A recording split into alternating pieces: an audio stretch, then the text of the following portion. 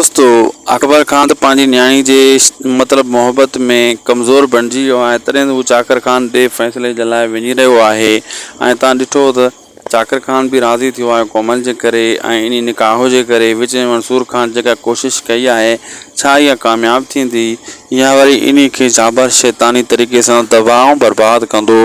दरअसल दोस्तों जेको जाबर आहे न, उहो वॾो चंडरो माण्हू आहे, पहिरें नंबर ऐं अवल नंबर जो शैतान आहे।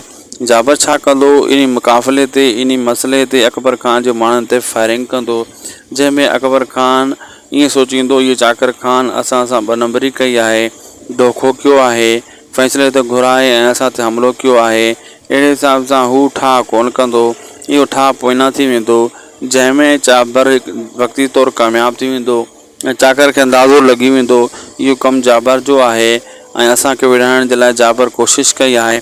पोइ चाकर जाबर जे पोयों बाहि ॿारींदो, अहिड़े हिसाब सां जाबर भॼी वेंदो ऐं अचण वारा एपिसोड ज़बरदस्त थींदा। इन में सुठा सुठा सीन तव्हांखे ॾिसण वटां मिलंदा, बहितरीनु सीन ॾिसण वटां मिलंदा ऐं हाई लेवल जा सीन ॾिसण वटां मिलंदा। वीडियो पुॻो पंहिंजे पुॼाणी ते। अगर अपडेट सुठी लगे तो शाहिद खोसो व्लॉग यूट्यूब चैनल के ज़रूर सब्सक्राइब लाइक शेयर कंदा।